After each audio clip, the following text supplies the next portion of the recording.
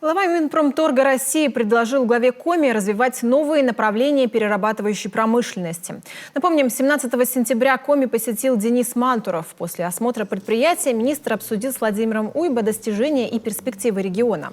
Минпромторг прежде всего интересует создание производств высокого передела.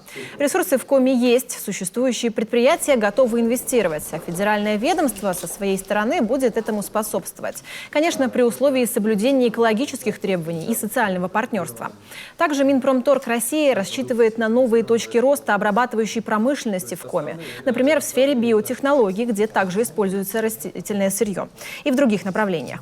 Давайте будем развивать их вместе, подытожил Денис Мантуров.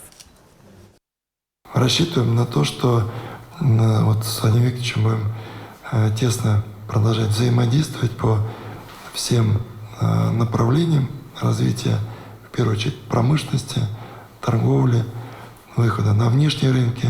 Кстати, у региона хорошие показатели и по экспорту почти 800 миллионов долларов, вот только по прошлому году.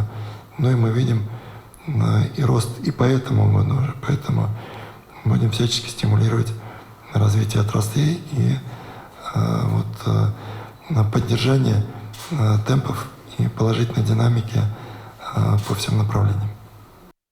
Кроме того, стороны договорились наладить сотрудничество региона с лучшими производителями техники для лесоперерабатывающих компаний, чтобы предприятия могли на месте ремонтировать, обслуживать и собирать технику для лесопиления и заготовки.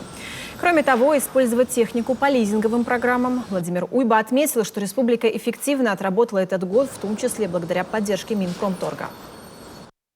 У нас практически нет ни одного инструмента, который бы мы не задействовали в экономику республики. И действительно мы сегодня имеем уже ряд исполненных проектов, в части ПИПов, приоритетных инвестиционных проектов. Мы запускали 10 проектов на общую сумму 34 миллиарда рублей. Это, в общем, очень приличный инвестпакет. 8 проектов мы уже завершили. Сегодня снова 2 проекта запущено на объем 13,1 миллиард. Что за этими миллиардами? Это же не просто сухие цифры, это рабочие места.